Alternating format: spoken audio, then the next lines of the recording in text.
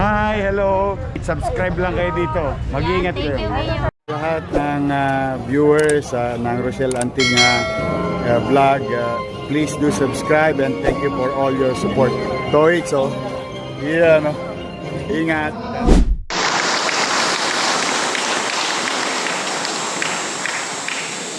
Thank you, ating OIC President for Attorney Paul Vega at Sambo, ang mga kasamahan natin sa City Treasury, palakpakan natin sila.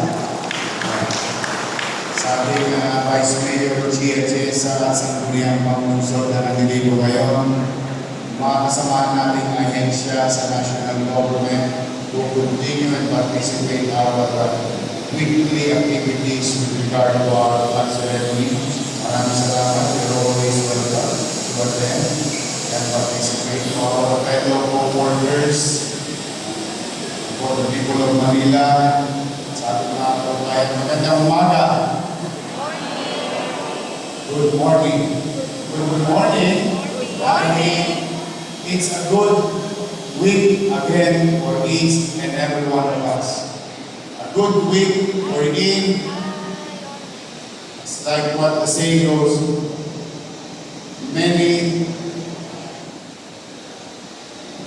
only few were chosen. You were the chosen one to have a pinakamasarap sa buhay ng isang nagtatrabaho sa pamahalaan ay yung mabigyan ka ng pagkakataong makatulong sa ating mga kababayan. At ang pagtulong ay kinakailangan ng pananalapi. It has to be supported by funds coming from our people who trusted us. Tinatanganan sa atin yung karamihan. And as you heard, last week wala tayong trabaho. Pero kumikita ang gobyerno.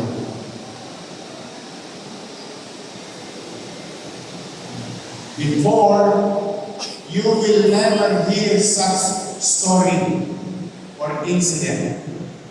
Before the first term ko, nung nawala ko, nawala na rin yung ganyang balita. Dahil sa may ilang individual na ayaw ng ganyang sistema. And if I may share to each and every one of you what my professor said in Boston. Sabi niya, you cannot solve and stop corruption. Sabi niya, so nasya kami naman. Yung pala, yung salita niya yun ay may kuwit. Sabi niya, for corruption to die,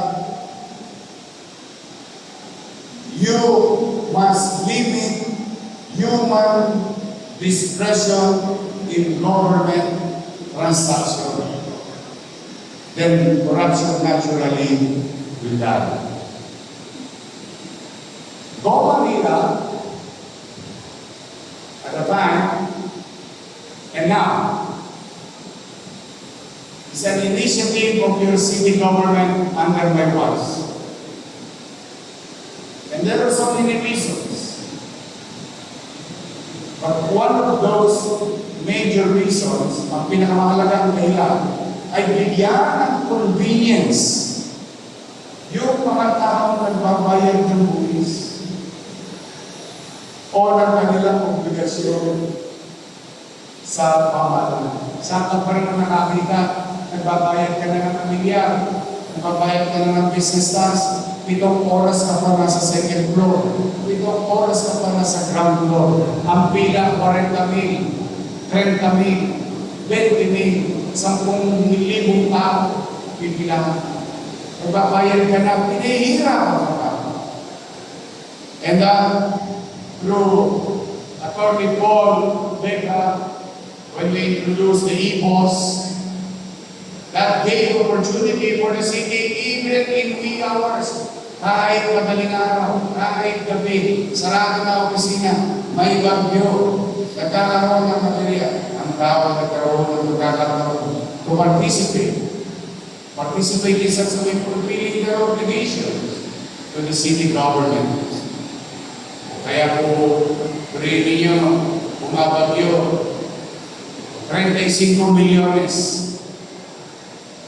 Sabado Linggo, may nakakabayan. Ano naman buti niyang kinakwento mo, Yorme? Ay, mabuti po yan. Lalo sa inyo. Ay, bakit? Linggo-linggo, iniingatan ko yung general fund. Lagi mo nakatulog po sa general fund. Miswel mo kaya ang mga empleyado. Mag-a-appreciate naman. Mag-a-appreciate naman. Whether we accept the fact or not, we were great. Ginahasa tayo at your expense. And that level of cash for your salary, for your family, is always in the brink of collapsing. Always. Ito yung literal na hand-to-mouth. That's why we are very careful, as like what Paul Becca said, ay iniingatan namin. Pero at least, nagpapataw ngayon, kaya kong sabihin yung lang akisi kong nagusto. Komportable ako, Jesus will pray ng mga masama ko naglilingkod sa tao namin. Kaya, petty of me, so petty, me telling you, Miss Weldo, me beginning the news na Miss Weldo, so petty. Why would you tell in a blood ceremony such a story? Obligasyon nyo naman talaga yung Pastor kami. Opo. Kaso wala talagang pera. Walang pera. Laway-way, gano'n patayin ninyo sa inyong pamilya. May pamamasabi nyo ba sa MRT? It is my obligation. Secret, what is due to you must be given to you. Paano tayo magiging mabuti sa ating kapitbahay kung sa loob mismo ng ating tahanan hindi tayo masino para sa ating mga kasama sa bahay? And umanatag kayo. We do our best. We will always do our best na hindi kayo apektado ng politika o maling pagpapatakbo ng gobyerno. To serve our people. I cannot serve alone. I cannot do it alone. I need each and every one of you. And let me take this opportunity this morning to thank each and every one of you, especially to those on the front line. Last week, salamat sa Diyos, nakaraos tayo. Salamat sa Diyos. Tapos na yung material. And I hope wala na dumating sa mga ilang araw din doon for matang nito. But your city will be there. Your city government will always be there. Always with our people. We will be there every single moment. Every street, Iskinita and Bolivars. Kasama natin ang ating mga kababayan. Start of the week, put a smile on your faces. Because it is quite a privilege to be of service to our people. Hindi lahat kami bigyan. It's an experience of our lifetime. One way or another in the hallway of this building. today, isang mamamayan would say to you, thank you po. Pray mo, Mr. Tuanan, may thank you ka. So those are the things that you will always put in your heart and mind na masarap maglingkod sa taong bayan. Kaya, ako naman, lagi kong dalangin sa lingkungan, maging ligtas at malusog kayong lahat. On behalf of City Government, nakikiramay ako sa apat naming kababayan na nasawi last week, dala ng leptospirosis. Yes, it's true. We wanted to save as many as we can, but still, apat na kababayan natin.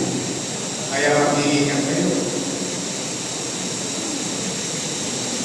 Hindi talaga namin masabi ang buhay. So, if that is the case, today, I want you to excel. Excel from your field of undertaking. You have value. Kaya ka nagdadyaan sa opisina na yan. May halaga ka. May magagawa ka. And please, in your respective workplace, gawin niyong malumalas, malinis lagi ang inyong mga opisina. Good luck to us for these coming days. I believe in you. We can do it together. We can make Manila great again. Magandang umaga. Pagpalain na ba kayo na okay? Maraming salamat. Manila! God first. Thank you. Thank you sa inyo, pati sa mga viewers nyo and followers nyo. Oh, marami na kayong aabangan. Yes, excited Handa na po ba kayo kami. mapuyat? Yes naman, your man. Ay makapagpasalamat sa inyong lahat. At sa ating mga vloggers, shout out sa lahat ng vloggers. You survive. Abonado pa kayo. Thank you very much sa inyo, ha? Hi, hello. Subscribe lang kayo dito. Mag-iingat kayo. Lahat ng viewers ng Rochelle Anting vlog, please do subscribe and thank you for all your support. Toy, so, yeah, no? Ingat.